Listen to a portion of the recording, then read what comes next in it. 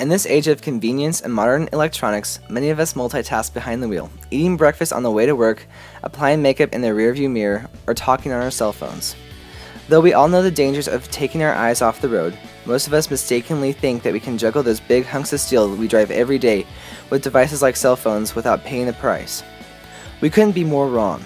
For some time, our parents have been telling us to focus on only driving, quoting a greatly increased chance of accident, injury, and death when we distractedly call a friend or answer a ringing cell phone. New research has revealed the most dangerous driving distraction of all is texting.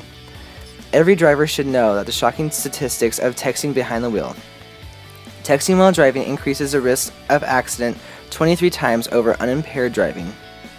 5 seconds is the average time that your eyes are off the road while texting. When traveling at 55 miles per hour, that's enough time to cover the length of a football field.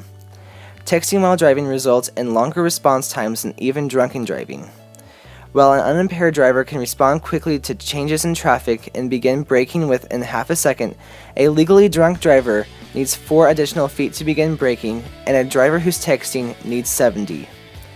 In the moments before a crash or a near crash, drivers typically spend nearly 5 seconds looking at their mobile devices, enough time at a typical highway speed to cover more area than the length of a football field. Especially amongst teens, texting results in erratic driving behavior, like lane weaving and speeding up and down, increasing the likelihood of hurting pedestrians and running into other vehicles.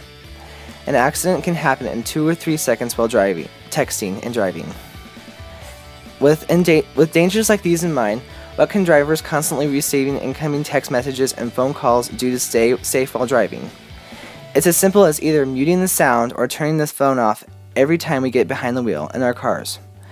Research shows that by muting or turning off the phone, it can actually decrease the risk of accident due to texting by 50%. That means fewer accidents, injuries, and deaths, and lower car insurance rates.